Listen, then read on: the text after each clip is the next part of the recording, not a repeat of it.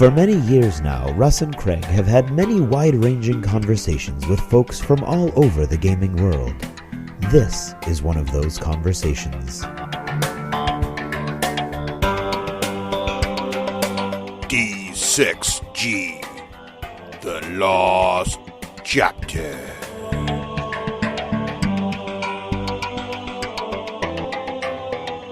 And so there was no Dunkin' Donuts at this all-inclusive resort, but they had this coffee shop, which was crazy because it had all the food, like the donuts and everything, and you just walked in and took it and ate it and left. That's kind of awesome. And I want to kind of try that here, but I don't think they'll let me get away with it. They'd arrest you. They'd arrest you like they're about to arrest that man over there. Wait, is that Ross Watson being arrested? Ross, what is he doing to get arrested? Hi, guys. Oh, Ross. We'll vouch for him. We'll vouch for him. Okay, I'll pay for his donut. Come back over here, Ross. Join us. It's just a maple bar, I promise. Excellent. So, Ross, how you been? We haven't talked to you in forever, it feels like. I've been good. How have you guys been? Good. We were just about to sit down here to enjoy a nice donut and a coffee. What's your favorite here at Dunkin' Donuts? Well, I have a maple bar here. I also like the Bear Claws, as you probably remember. Oh, yeah. Yeah, that was very good. Do you care for the Dunk's coffee? It can be a point of contention, the Dunkin' Donuts coffee, whether it's good or not. I'm just not a coffee drinker. I never have been. That's fair. I like their iced tea also, though. So if it's a summer day, let's say it's a summer day and you just got out of a big movie and you want to have a beverage, the Dunkin' Donuts iced tea is a pretty good way to end a great comic book movie, for example. You should really get them to be a sponsor? A sponsor, yeah, absolutely. Yeah. It'll happen one day. The D6G runs on Dunkin'. That's pretty much how it really does. We're just going to start saying that until they just send start us thinking, money. geez, are we supposed to pay those guys? And they'll just start sending us That's checks. right. Maybe that's how that works. Is that how that works? I don't think that's how that's worked. But speaking of movies, have you guys been catching up on all the... It feels like this is like nonstop comic movies this summer. Oh, my God. We live in the golden age of comic book cinema. We really do. I saw someone complaining about this the other day. They're like, I don't know, man, these comic movies. I'm like, what are you talking about? Losers that How are can you complain? It's been... Finally, we actually have movie after movie of awesome sci-fi / comic stuff just time after time. That's awesome. There's nothing to complain about there. Russ, I'm going to go back to one of my core beliefs. If they were handing out $20 bills in the lobby of the movie theater, there would be somebody bitching that they weren't 50s. You're probably true about that. No matter what you do, they're going to be. And you know what? We just can't. We can't give them any more time, Russ. We got to focus on the awesomeness that is the golden age of comic book movies. All right, go ahead. How many people carry cash anymore, anyways? Good point. Really. Well, yet, if they were handing it out, would you say no? Well, if they're handing out $5 gift cards, you want them to be 10. That's the point. So yeah. Wait. Let me rephrase that.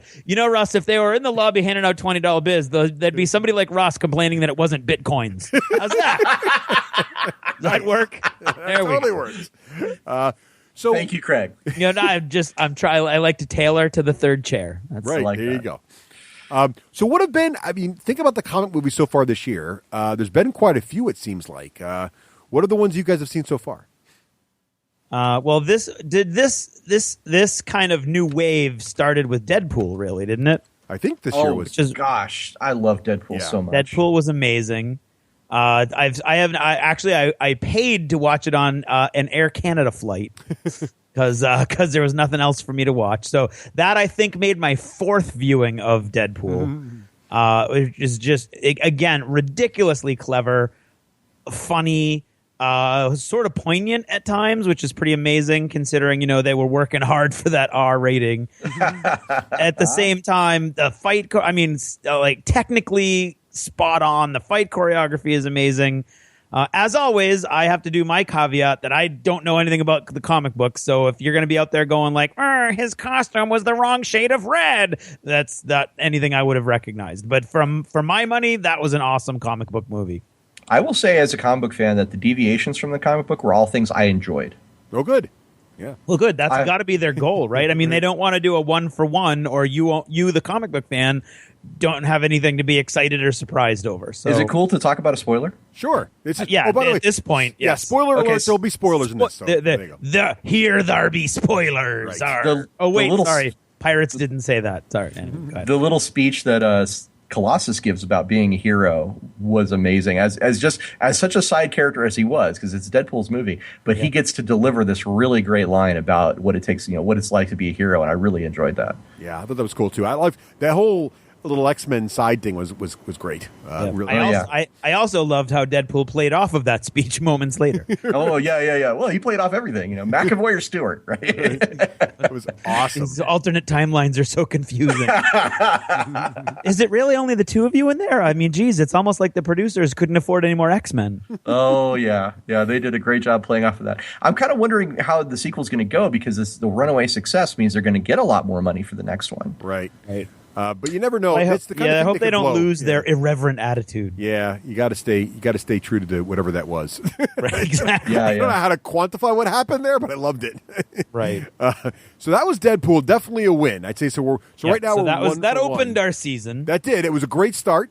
I remember seeing that, thinking that was going to be hard to beat that one. Thumbs way up. Two red spandexed thumbs way up. So we won't say way up what. When was the next? What was the next comic book movie? Do you remember? Oh, that would have to be Batman versus Superman: Dawn of Justice. That's right. So, okay, what do we think about that? I yield the floor to Ross. Well, guys, I'm complicated when it comes to this movie because there are a lot of things I liked in it, but overall, I thought it was very, very deeply flawed and actually not very good. Yes. All right. So why don't we? We have been basically trashing it for about 2.5 months now. So why don't you start with the things that you liked about it? Yes. Well, one thing Zack Snyder does really well, and I'll be very clear, I like almost all of Zack Snyder's movies. Right. One thing Zack Snyder does really well is he communicates story through action.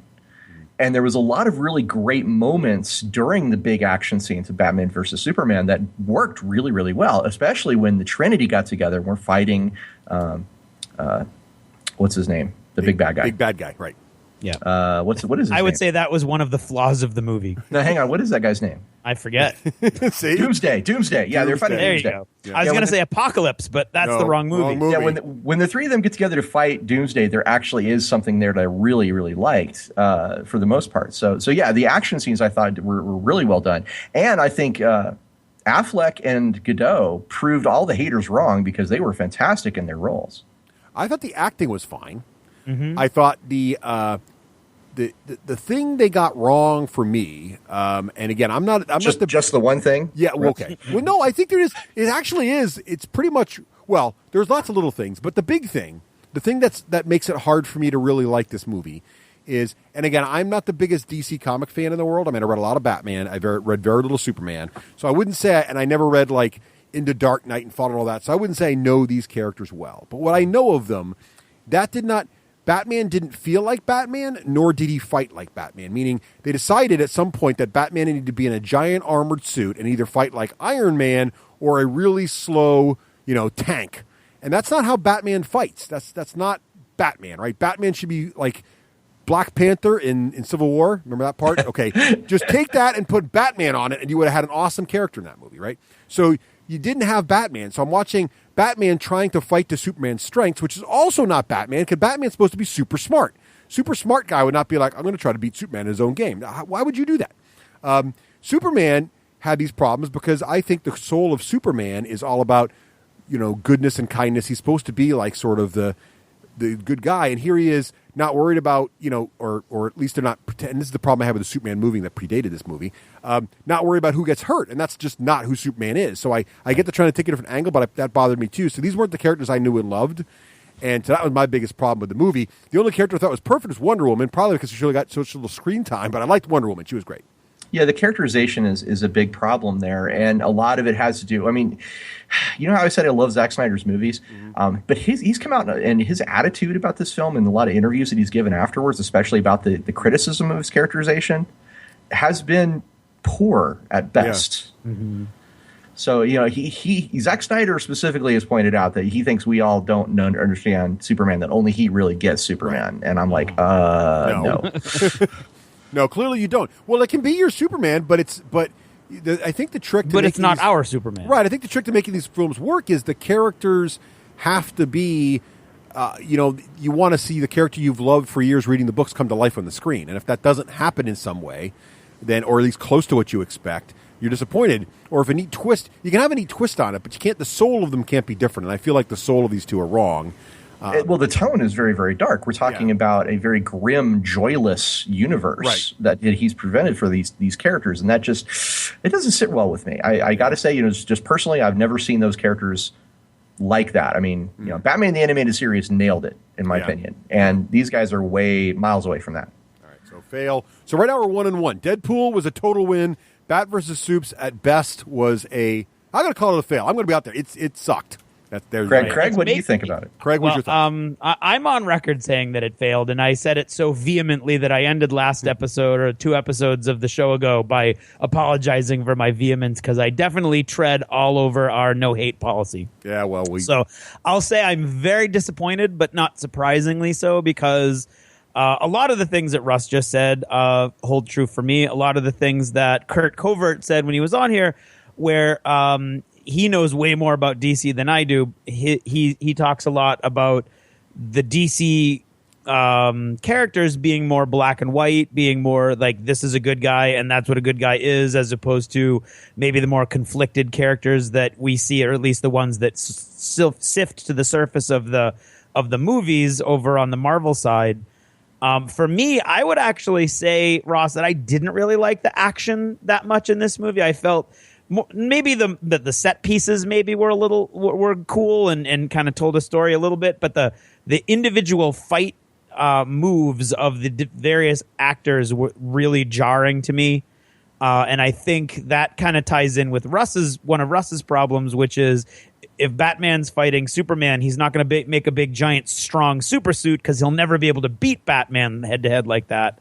And when they went that direction, his fight choreography in that big suit is clunky and awkward. And the guy who can fly backwards around the planet so fast that he can reverse time probably isn't going to have a problem, fancy footing around you when you're like that. So the bad characterization and the lack of any of our investment or engagement in the actual conflict undermines. You're absolutely right. It undermines the action, no matter how well done, at least I thought it was. Right. Yeah. It's certainly undermined by those other aspects. Mm-hmm. Yeah, absolutely. So I would say that I wasn't going to go see it, and then I decided I wanted to go see it so I would have some sense of comparison, because so many people were saying it was so bad. And I would say coming out of that movie, I'm just going to flat out, I was offended that I had spent money. I think that a giant team of people watched that after it was done and went, "Yup, this is good enough to put in the movies."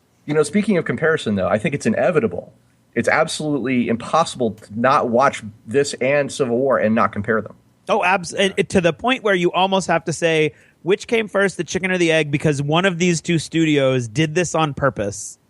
The themes are so similar. Even the conflicts, well, they appear to be similar until you realize that it's all about people's mommy issues. That's my daughter's problem. This is a movie about mommy issues, isn't it, with Bat and Soups? Right. So it's so orphan fight. Go. Exactly. And go. The comparisons were going to happen, and someone thought that Batman versus Superman had enough behind it that it could survive that, and I don't think it. I read somewhere it had an 80% trail off after its first week. Well, yeah, the name Batman and Superman was going to draw in people no matter what. Exactly. Yep. Yeah, I mean, you could do a children's crayon drawing of the action, and if it was called Batman versus Superman, there'd still be people that would go because it's Batman and Superman. So absolutely, there was going to be that kind of response. But it seems to be pretty clearly that Warner Brothers is going to attempt some kind of major course correction. I hope so. They need it. Well, you brought up Civil War, and it was compared. And I think I think what he did was an excellently executed segue. So one of my friends, it was interesting. So I have a friend who actually enjoyed Batman versus Superman. So I refused to talk to him for a week. But what he did say was it was interesting. So he put on Facebook, he's like, "Yeah, Civil War is better than most people give it credit for. I give it an 8 out of 10." Right? Then he goes to see Civil War. Who was this? This was Joel Carlson. I think I've heard this conversation. Then he goes and sees Civil War, and he says, after watching Civil War, I need to downgrade Bat versus Soups to a 3. I'm like, well, at least you understand good movie making. So because it's the exact same concept, except done infinitely better, and it is a very good comparison, Ross, to you have a blockbuster film next to a cartoon drawing, and you're supposed to be comparing these things. It's not even comparable. It's not even the same world. I mean, everything about Civil War is better. They're trying to introduce a million characters at a time, which is always dangerous, and yet somehow they do it, right? All the characters feel very true to their nature. In fact, I know we might argue about this, but that might be the most accurate Spider-Man ever compared to the original Spider-Man's origin ever. In terms I agree of, with that. Except for Hot Aunt May, but that's just funny. They just did that on purpose. But the idea that he is very young, that he is very inexperienced, that he's in awe of these guys, like that's Peter Parker. You usually get, and don't get me wrong, I've liked some of the earlier Spider-Man movies a lot. In fact, some might say they were some of the movies that kicked off the comic book genre movie-wise successfully. But Blade.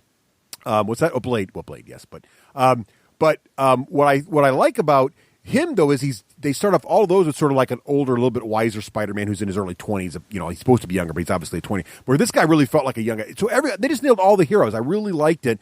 The lines were great. The combat was great. Everybody had their moment in the sun. The conflict was believable. They leveraged a lot of the groundwork they'd done earlier with Stark and how he was sort of very emotional and not super logical, and that all kind of worked for what was happening there. I just loved everything about it, and it sets up so much more. Not only did it take the Avengers series, and again, it wasn't even an Avengers movie, it was actually Captain America, but it brought the whole Avengers story forward, and it just pushes forward this entire Marvel Cinematic Universe in a way that is just groundbreaking, I think, in terms of movie, arches and movie series and movie properties like that. I don't know. What do you guys think? I found it to be breathtaking. It's probably one of my favorite movies of all time, and it's so layered, so nuanced. It brings, as you say, all of these characters together, and they all each of them has a little arc, a little teeny tiny arc, even if they're only in the movie for just a little bit of time. There's no just cameos here, and as much as I loved Gal Gadot's Wonder Woman and BVS, compared to Civil War, she is just a cameo. She just shows up, right? And whereas Ant-Man, even though he has a very brief amount of time on screen, he goes through a little teeny tiny arc, and I love that. Yeah, right. And there's so many layers and nuance to everything they show you. As you say, they're building up the rest of the Marvel Universe, but they're doing it in an organic way that helps you understand the characters better. Like that conversation, that wonderful conversation between Vision and the Scarlet Witch, where they just establish, how their relationship is growing a little bit, and she talks about how she doesn't understand her powers, and the Vision says, "Well, there's this Infinity Gem in my head," which but it's very organic, and it leaves you with an understanding of their relationship and how it's evolving. It's done in 5 minutes, and it's got 8 or 9 things that it accomplishes. It's beautiful. Yeah, every scene has a purpose. Every scene is executed almost flawlessly, and every scene develops a character, and it leverages all these other nuances from the other movies. So it's just like years of planning coming together in a way that you didn't even expect. That's how you nailed it. The planning really comes together here. We are so invested in the conflict between Captain America and Iron Man because there's gravitas in their relationship, because we've seen it build up over a series of 8 movies. We know these guys. We know who they are. We understand why they're fighting. The whole core of their conflict is right there. And we really feel and identify with that whole thing. And that's one of the reasons why I was just so enthralled by this movie. Craig, I'm sorry. Go ahead, please. Talk about it. No, I agree with both of what both of you are saying. I've seen it 4 or 5 times. Oh my God! This is the first movie I've ever gone to knowing I wasn't going to be able to stay to the end, but I wanted to see it again so much that I went on a day where I knew I had to leave early to go pick up my son, knowing I was going to miss the last 5 or 10 minutes of it, and I couldn't say no. I needed to go see it again. So I find it compelling. I found it such a rewarding sort of denouement for this 8-year arc that you were talking about. These characters were so well served and were so true to all of their previous iterations in the cinematic universe anyway, that I found it just a joy to watch from the character development, from the writing perspective. And again, not to put too fine a point on this over and over again, but the fight choreography was just like it was like watching dance. It was like, I just got a huge thrill of just watching Black Widow spinning through like an array of bad guys like so fast, and it's not easy. Never mind. I'm not going to open that can of worms. Anyway, just the fight choreography was amazing on top of everything else. That moment that Bucky grabs the motorcycle out of the air, spins it around and gets on. I'm like, oh my God. Yeah. And it's so, for me, one of those moments is when Captain America jackknifes the minivan, so it starts rolling through the collapsing roof, and he jumps out of it, so he's outrunning the rolling minivan out of the collapsing tunnel. Was just stunning, and Agreed. it's all seamless. That's the thing for me, is that these action moments are seamless with these real live moments, and it just flows to tell this story that just never stops. There's never a slow moment, as things just keep building and building and building. And as you said, the character arc for Black Panther was awesome. Oh yeah, it was. I mean, I just and it for the whole story to sort of twist there at the end, so that he's the one really true, well, other than all of the other heroes that sacrificed themselves so that, so that Captain America could go do what needed to be done. But when he kind of like turns at the end and just becomes the iconic Noble, good right. guy. Yeah, right. Was just stunning to me. There's so many moments that were just like, and it's cool. Just seize you. It's awesome because there's even character develop in those combat scenes, right? Because you're not only there's the arcs you're talking about, the character you're learning. Like if you don't know Spider-Man well, of course we all do. You're seeing his fight style compared to Cap's fight style, but then also like little things like the fact that Hawkeye and Black Widow were pulling punches on each other, right? Like little stuff like that was working great, and like Black Widow's arc was awesome because here this woman is, she's a pure merc before the Avengers, right? She finds this family for the first time. Her family's getting ripped apart, essentially. She doesn't know which side to fall on. Her whole story arc is also awesome. And everybody had such a great, as you said, Ross, had such a great story arc in there that just did so much cool development. I mean, Hawkeye coming back, and we just saw him like semi-retired, and here he is almost getting killed again. Like the whole, I felt for him because of the last movie. I'm like, oh my God, he's putting himself at risk again. What's he doing? It's like just so much good stuff in there. It really was so good. Well, I want to touch on that Spider-Man thing really quick. Yeah. I think that is the best Spider-Man we've ever seen. I think so on too. Camera. Yeah. And I have this interesting read on that whole scene with him and Tony Stark, which I was like, oh, this is the best scene. Oh, I'm so happy. But the thing I took away from that, and I think again this goes back to the nuance and the layers in each scene. I think that Tony actually went there just to get the webbing. I think he showed up thinking, I'm going to get this non-lethal deterrent that I'm going to be able to use on Cap and the guys if shit goes down. And during the time he's there, he talks to Peter and he finds out what Peter's doing and why he's doing it. And he hears that awesome speech, if I have the power to do it, nobody does it. And what he's hearing, in my opinion, is he's hearing Captain America's position. Mm-hmm. And in that moment, he starts to question himself for the first time. And so he makes that traditional Tony Stark decision and thinks outside the box and says, fine, I'm going to recruit this kid so he can come along. Mm. What do you guys think? I had not thought that. That's really good. That's a very cool thought. And I can totally see that's like that happened in that scene. So there was another moment like that too, Ross, which is a little more lighter, which was, so when Spider-Man gets hurt, right? Oh, yeah, stay down. Tony Stark says, you're out, kid. You're out. And I think that has double meaning. That it reminded me very much, this is a weird reference, but in the Pooh Bear movie. Okay, wait for it. So in the original Pooh Bear. Wait for it. Have faith. In the original Pooh Bear movie, Gopher shows up and says, hey, you won't find me. I'm not in the book. And that's a double joke. One, it's a joke to the Yellow Pages, but two, it's a joke to the fact that the Gopher character never appears in A.A. Milne's actual story. He's made it by Disney to add to the film. So I think that line was twofold. One, you're out, take it easy, pretend you're down, you can't help us anymore today. But two, I think he's out of the Avenger. Like, I don't think Spider-Man will be in future Avenger movies. I think Spider-Man just had his cameo. He more than a cameo. He's been introduced to the Marvel Cinematic Universe. He will return in his own film series, but I don't think he will not be an Avenger. What do you think about that? Well, I hope we see more Spider-Man. I want to see as much Spider-Man as possible, but I think that scene was about Tony going, "Oh my God, I almost got this kid killed." After I did this whole thing about a kid that got killed. Yeah, but that's why I think he's out of the Avengers. But he'll still be around and showing up. But I don't think he's going to be technically an Avenger. I don't care. I don't care. I just want to see more of him. Yeah, when Ross made his case, it clicked. Your case never clicked. All right, fine. But but Spidey also is not ever a full-on Avenger. He just shows up and helps them once in a while. So that also kind of works there. Right. But maybe they'll go differently with that. I'm okay with them changing that. Okay. Yeah. I am too. I'm a huge Spider-Man fan. So okay. I'm in love with Spidey. Okay, I'm jumping in again. Okay. All right. So I would like to talk a little bit about the conflict that's at the center. Like I've heard some people. I get so aggravated with blogs and people online who complain. Why do you read this stuff? Twitter. I blame Twitter. I blame specifically Fred. I blame because he tweets all kinds. He retweets all kinds of stuff that I then go read and get angry about. But I know a lot of people out there like, oh, it's not really a civil war. It's more like, a fraternal misunderstanding, which I think you could make that argument for Batman versus Superman.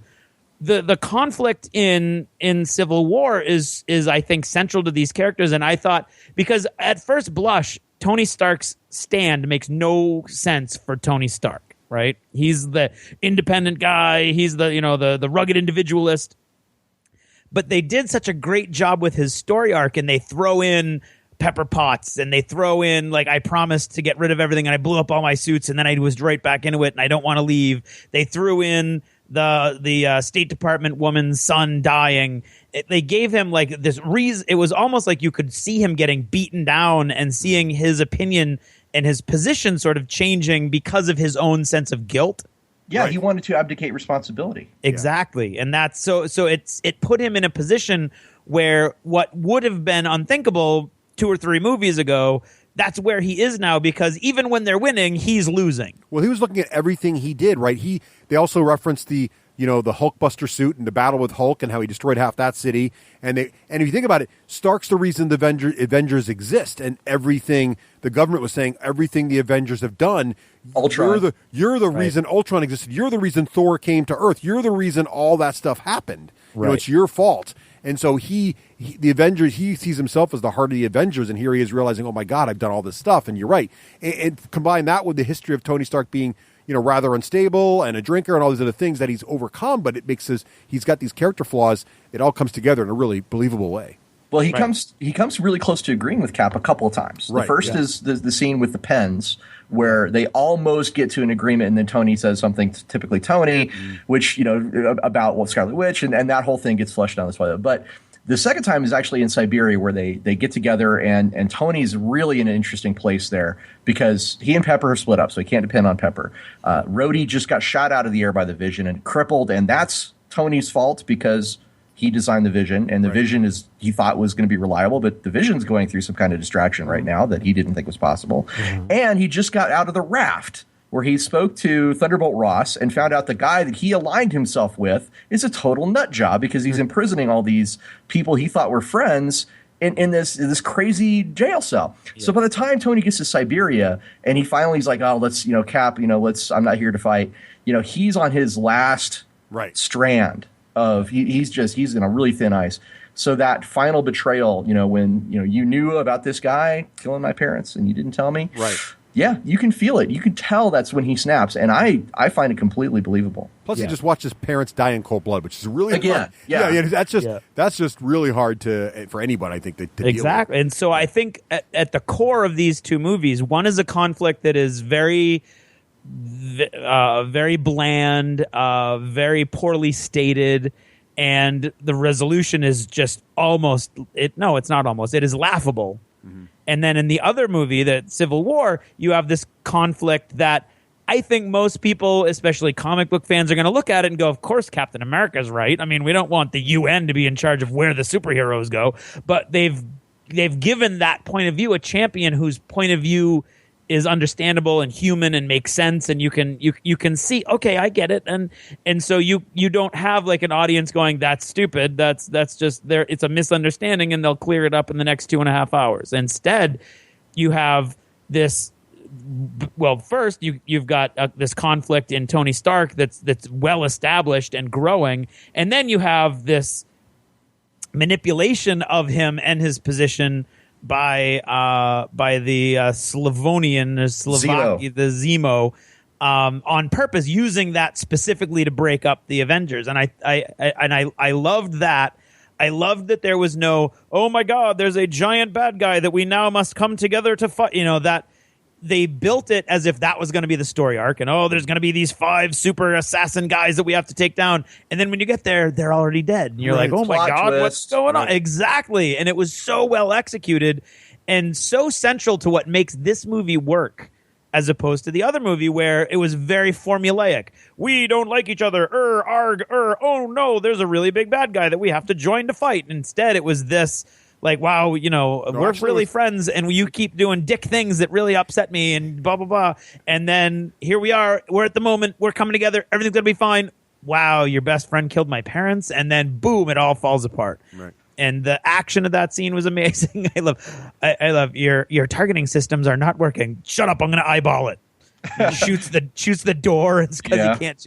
I mean, the whole thing is just awesome. While at the same time, you've got Black Panther developing outside of the bunker, and I mean, it's superior to Batman versus Superman in every way, and superior to almost every other movie of this type, in that it was able to take so many tropes, twist them a little bit so that they work different ways, and then blow others totally out of the water so that you are surprised and engaged with every moment and every scene. I can only hope that some Warner Brothers executive walked out of Civil War and said, "Oh, so that's how we should have done it." If you're going to do a mommy issue, that's how you do the mommy issue at the end.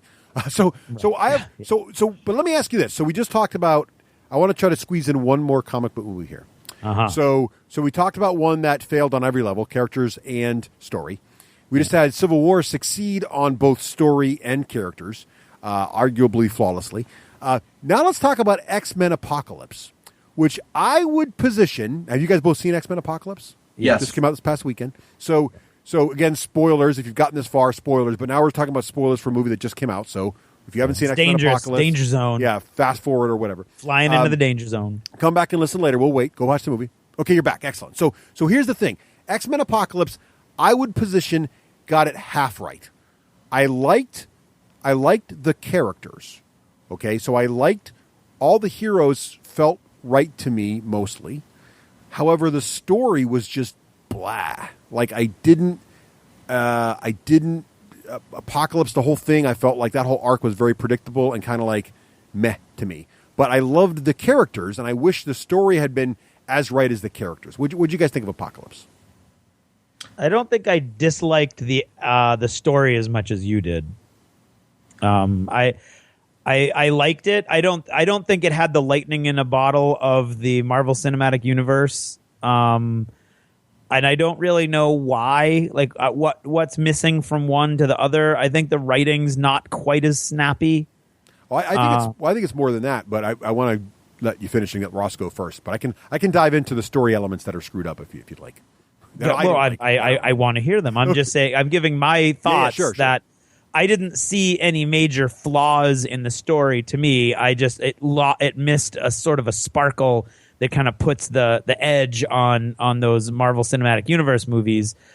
But I liked it. Okay. Ross, what did you think? I found it to be very enjoyable, but deeply flawed. Yeah. Apparently I missed a lot. School me, boys. Bring me to school. Well, I thought, like Craig, I thought the characters were very well done. I mean, my God, that is the best Quicksilver ever. I love the characters. The characters are fantastic. I love Quicksilver. Well, keep going, Ross. Sorry. I got to jump in there. No. I mean, I'm with you. I mean, the characters, I thought the characters were great, but one of the flaws I can point out to Craig is like he's saying, what did we miss? The thing that I noticed, and this may be just me, but I felt that the way they killed off Havoc and the discovery of that death really undermined all of that awesome action that we had just seen with Quicksilver, that really cool sort of lighthearted rescue from the mansion, which is this amazing it's this amazing high for the audience. And then you're like, oh, I missed a guy and he's dead. Oh, and that's my brother. Oh, and you're like, well, Jesus. I felt that was kind of a major problem. Yeah, okay. I see that. That was bothering me. The biggest problem I had was the villain, okay, and his villainness. So he was okay. I kind of like the whole Egyptian thing. I got that. He's the first mutant. He's getting powers. Got that. All that's fine. But I felt like the movie was too long, and there were a lot of unnecessary scenes. For example, why did we launch the nuclear weapons? How did that advance the plot in any way? Like, what was the purpose of that whole scene? He wanted to take away anybody else's ability to be a superpower. But did that scene need to happen for the story? Like, I would say, yeah, that was him taking control of the world, because now there's nothing theoretically that normal humans can do to take him out. That's how I read it. Yeah, so I didn't see, if you can rip the world apart by its core elements, I'm not really sure how a nuclear missile threatens you. Like that, I couldn't make that connection. Like, I didn't understand why a nuclear missile was like his worst problem to solve. I don't think he was. I honestly don't think he was worried about the nuclear missiles. I think he was worried about the nuclear missiles. Okay. Well, Ross, sorry. What did you think about that scene? Nuclear. Anyway, so yeah, that was my. And even if he wasn't concerned for them, they would have launched them anyway. And he wanted to make sure that mankind knew that they were toothless. That was my take on that whole scene. Ross? I think, there's some definite weaknesses in. I mean, listen, I love Oscar Isaac, and I think his performance was great, but the villain and his plan and his actions, it almost seems secondary because there was, to me, again, the character and the conflict really revolved more around Magneto and his role, which, I mean, Fassbender and McAvoy, that's like one of their biggest strengths is the way they play off each other. And I don't know. I mean, it's one of those things like I don't know how you'd solve it, but I think there is something wrong there. Yeah, I kind of liked where they were going with this, right? So it was a little bit Bat versus Supes and Civil War-esque in that you have, essentially what you're seeing is obviously people who will be X-Men. And by the way, it also fell into a category that I'm starting to get annoyed with, which is I must now show you origin stories again. Like, we all know where Storm came from. We don't need Storm's origin story for the 8th time, right? But, okay, fine. So like, we're doing it again, okay? But, and you see, okay, Storm's with the bad guy, so clearly, plot prediction, she'll be a good guy at the end, right? Not a big surprise there. She can't die. So there's problems right away because you know certain things about the film that have to happen because of the overall story arc. And then also, like, I wasn't really sure. There were moments I liked. Like, I loved how Mystique sacrificed herself because she knew she was a hero to these people and realized what she should do to save the day. Like, that moment was, I thought, pretty powerful. Yeah. But there were just parts of it, like, I don't know. I was really the bad guy. Like, I didn't really understand what Apocalypse was trying to do. Like, I didn't really understand his overall goal with subjugating humanity. Like, why steal Professor X's powers when all you had to do was go through his mind like he did on the top of the hill with a nuke weapon, take control of everybody instantly, and now you own the planet. Like, I'm not really sure why he had to stop that mode. Like, it was kind of like one of those Star Trek things. You're like, just beam in there and get the guy. Just use the teleporter. It's like that kind of thing. Like, why? It just felt like, I don't know. Yeah. I couldn't understand his motivation of what he was trying to accomplish and why he wasn't taking what appeared to be the easy route. And I think it's not the actor's fault by any means. But No. It was the story. It was the writing. It was the story. Well, I was talking about Archangel. Who, right. Oh yeah, Archangel. He's pointless. I mean, it's not the actor's fault, but he's pointless in the film. He does nothing. He was pointless, but he was cool. He was cool, but he does. This is my right. problem. We just got done talking about a movie full of characters where everybody had something to do. And they mattered, right? Yes. And now we're in a movie where a lot of them don't. I mean, I love Psylocke. She's fantastic. She doesn't really need to be there. Nope. So yeah, we had some kind of. I mean, I loved the cameo of Wolverine. Loved it. Yeah. But what was it for? If it was for maybe it established. It felt like this movie was setting up for the next movie too much, right? Like, well, and that's BVS's thing. Is it was that whole movie was set up with a thin veneer of plot, right? Exactly that one. This was like that. Like, so you had that moment with Jean Grey and Wolverine, which was cool. So now you've got this idea where you could almost see the love triangle forming. Like, look, here's the love triangle you all know about between Scott and now she saved Wolverine, so it's Wolverine and that was cute and I loved Wolverine in that scene and my God, as a Wolverine fan, it was fun to watch. Oh, the classic yeah. moment of Wolverine gutting a bunch of regular dudes because that's like awesome, But again, like, you're right. There's other things too, like the reason they had Psylocke there. She was just a plot point. She was a future. Like, here's she'll matter later. Here's this person. They'll matter later. It was kind of, I don't know. It didn't do anything. I think if we had all seen this movie back in 2002, we would be raving about it. Yes, I think you're right. Just raving about it. I think up against Civil War, it does pale in comparison. That could be part of the problem too. Right. Well, I do have problems with the movie, so I would like to jump in on that one. Oh, please do. Magneto is one of the central characters I had a problem with because I don't understand how Professor X can, like, go back to going, oh, you can be a good guy, come on, when he, like, just killed all those policemen in the woods. Well, right? That scene, though, is powerful. I actually felt it's very powerful, and I feel for him, but that you kind of lose your chance to just shrug and become a good guy again, to me, if you just killed a bunch of policemen who, yes, they killed your daughter, but A, it was an accident, and B, they were there on legitimate business. So, I mean, maybe that's just my... Were they? Yeah, they were. Magneto is a terrorist that's known around the world, and they think they've found him.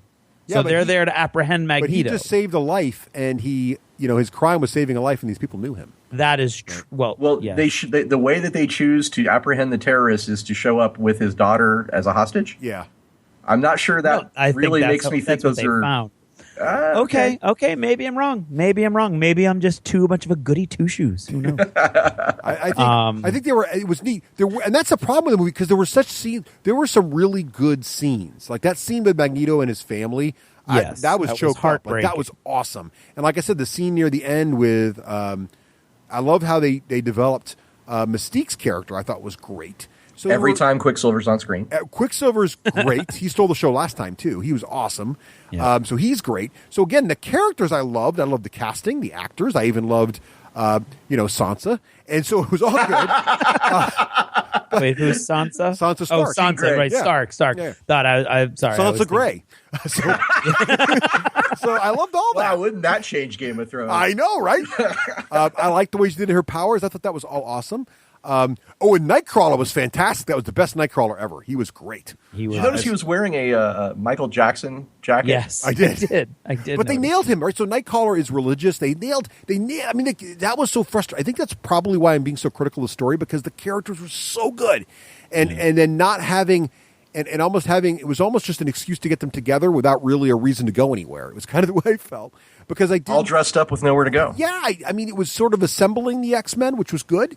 But like the bad guy was so, you almost could see what was going to happen. You could almost, as that final scene was unfolding, like who didn't know exactly how it was going to go down? I mean, you kind of knew exactly what was going to happen there, right? Moment for moment, shot for shot. So there was nothing surprising. Like you had that great twist at the end of Civil War. There's nothing like that there. And maybe it is because of Civil War. I'm being overly critical, but that's what I was disappointed in because the characters were so good. I was so disappointed that the bad. You need a good villain, and he was not a good villain. I don't think. He had no good lines. I didn't love to hate him. There was just nothing. I kept hoping he was going to jump into an X-wing at any moment. Yeah, he could have. He could have. If you want to see or he was going to look around and go, "Where's BB-8?" Well, if you want to figure out a good way to write and direct a super all-powerful evil bad guy, see Guardians of the Galaxy, right? Because they did a great job with him, right? So it's like that kind of a thing. They need to Ronan the Accuser? Yeah, I thought Ronan was a much better super all-powerful evil dude than Apocalypse was. Anyway, was Ronan the Accuser an all-powerful? Well, he was kind of. I mean, he had that ability because of the gem. I know. Well, I'm just saying in that mode, like you could have made Apocalypse more interesting. Given how easily absorbed that would have totally changed this movie if it was the X-Men versus Apocalypse in a dance-off. There you go. That would have been awesome. You and me, bro. That'd have been awesome. So I wonder. Coming up, we've got Suicide Squad, and I wonder if they're going to try and go for the same vibe that Guardians of the Galaxy had. Suicide Squad could be good. That's going to be a Deadpool vibe. Now, do you think Suicide Squad is going to be awesome? This is the first DC movie I've seen a trailer for because we all knew Batman vs Superman was going to suck. Let's be honest. We could watch the trailers. We knew this was going to be bad. We just like hoping it wasn't going to be as bad as it looked. It was pretty much where we were going. But this new one looks good. I think it looks good. The previews look good. I will tell you. Last night I went and saw Apocalypse, and that was the first time I saw the full length trailer for Suicide Squad. Yes. And I'm nervous because that showed me an awful lot of the movie. Yeah, sure. Which to me is a warning sign that they don't have faith in their movie. Yeah. You don't usually see a really good movie give away most of the plot points in the preview, unless you got bad marketing, or you're right, you're really nervous. Right? Yeah, you at this level, you don't have bad marketing. At this level, you have marketing that you're forced to. I mean, you don't. They've got the best marketing minds out there working on these movies, and you don't have somebody make a rookie mistake like that unless somebody at the producer level or above is really starting to have lost faith in their movie. The second reason I'm very nervous about this is they've been doing reshoots right up until very recently. Again, not something you do unless you're having some really bad test viewings. So you've been researching this very carefully then. No, it's again, Twitter. Blame Twitter. Blame Twitter. Blame Fred. And so I was looking forward to it. I thought the characters looked cool. I don't know almost any of them. But I know more from that 2-minute preview I saw yesterday than I knew going into it, and I knew a lot going into it. So I'm very nervous about that marketing choice that they made so late in the process, and I'm nervous to hear about all the reshoots that they had to do towards the end. Now, that being said, they might have made the media buys and the clip options before the reshoots, and maybe the reshot film, is going to live up to the original hype, which would be awesome. So I'm not like Batman versus Superman nervous. But actually, I wasn't nervous at all about Batman vs. Superman because I like Batman roughly because of the movies, and I have absolutely no stake whatsoever in Superman. So I was like, that movie could suck, and I don't care. But I think this movie looks like it could be really cool and fun. I guess is what I'm saying. Ross, what are your thoughts on Suicide Squad? I'm cautiously optimistic as well. I think that if they do go with the vibe and feel of something like Guardians of the Galaxy, it could really work. But if they go with that Zack Snyderverse dark and gritty thing, I think, forgive me, Craig, they're doing it wrong. No forgiveness necessary. That was excellent. Yeah, that was excellent. I got chills. I am cautiously optimistic also, but I am because of DC's recent track record, I am nervous for them. I hope it's good because it feels like it could be a fun one, and I do like what's going on. I know it's completely unrelated property, but the Gotham show, the whoever writes for Gotham, the TV DC's series, killing it on television. They're killing it on television, but they're killing it with the villains, right? So Gotham essentially has no heroes in it, right? I mean, Batman is a boy, and your most powerful hero is Jim Gordon, the police commissioner. So the rest of Gotham is all the villains, and you're watching the villains develop, and it's fantastic. And there were some scenes this season. All of the villains have been fantastic, and the Riddler's been great, but the Penguin still steals the show every time he's on screen. That show is phenomenal, and so if they can take what they've discovered, I think in the DC universe here is that the DC, as you mentioned earlier, Craig, with Bat vs. Supes, the superheroes are very one-dimensional in the DC world, but the villains are not. The villains in the DC world are very complex. Right. They have more room to maneuver. And what they're finding out is because of that, they can be true to the characters that have much more interesting stories with the villains than they can with the heroes. And if they've figured that out now with the movies, there's cameos of Batman in the preview. You can see Batman showing up occasionally in Suicide Squad, but clearly it's not about him. He's just showing up and being annoying or whatever he's doing. Annoying to them, but I think this is a real opportunity for DC to figure out what they have, which is really, really cool villains, and the heroes should almost be the foil to the awesome villain characters. Yeah. So there you have it. There is our thoughts on comic book movies so far. Well, it's been quite a season. It's not even super summer blockbuster yet. I guess it sort of is. Lately over the past several years, blockbuster season starts in the late spring and is pretty much petered out before July is done. Are you saying Independence Day will not be a blockbuster? No, I'm saying no. I do think that. Okay, you can say. I don't think it's going to be as big as they think it's going to be, but I do think it's going to be successful. Yeah, all right. It's not going to be Civil War without Will Smith. Can it be carried? I don't know. Well, it doesn't have. That's one. It doesn't have the Ken Burns narration. That's going to hurt it. Yeah. Right there. I'm nervous for that one. That's not superhero, but I want it to be good, but I'm afraid. That's what I'm saying. That movie didn't need a sequel. Most of those, a lot of movies are getting sequels that don't need sequels. Good point. But a lot, lately, over the past several years, if you think about it, the big tentpole movies come out in late May or early June so that they can make the most of the summer movie-going audience. So the later you are, the less faith they have in your placement in the schedule. All right. Name me two more. You've got Independence Day, the sequel. What are there two other movies that you're super excited about? I don't think so. What about you, Ross? Anything else you're excited about this year? Honestly, no. See, I'm excited about Rogue One, but that's December. Well, Rogue One, but that's way after Hollywood. Oh my God! What about? Okay, this is something I saw last night that floored me. Because I don't play video games, but I know this is an amazing video game with a really cool story. But Assassin's Creed, the movie? Yeah, so that looks amazing. My daughters are very excited about that, but they need to get better music. So but at this stage, they're not. They're using. Have you seen stock music? Have you seen the trailer? Yes, I saw it last night. The trailer's awesome. And I love the trailer. Music it's stock music. If you listen carefully, it's music from other movies that studio owns. I guess so, because the music needs they needed the music. I don't know why they didn't pick a one of the title themes from any of the Assassin's Creed games. They'd been fine. I don't know why they chose. I'm sure there's legal reasons. Maybe, and they haven't finalized the music yet. The music's one of the last things that gets finalized. I guess so, but there is no music right now for that movie that's already laid down and able to be used. So they could use movie music that's owned by the video game company, but I'm sure there's legal reasons that would get in the way of that. But it looks good, and it is Ubisoft's involved, which is the video game company. Yes, so that's exciting. So I love Assassin's Creed. My daughters want to see it really badly. They're big fans of the game franchise. So this could be very, very good.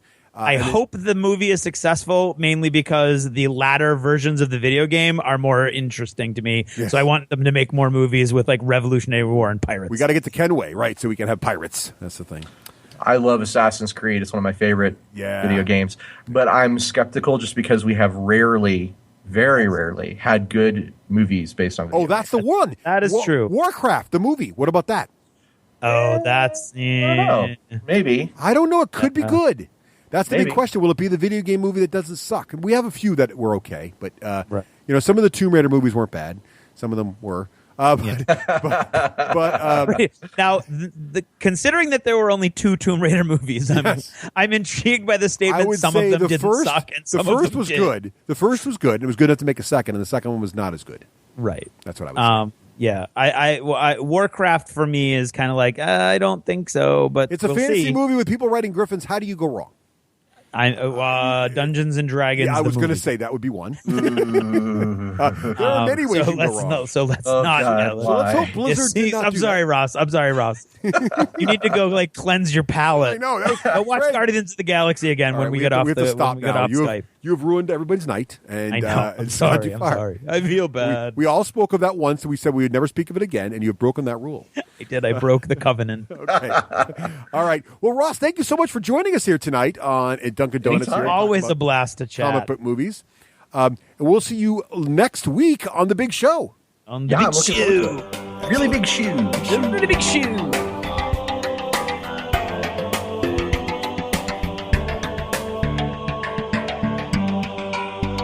Thanks for purchasing a D6G Lost Chapter. Supporting the show helps it grow.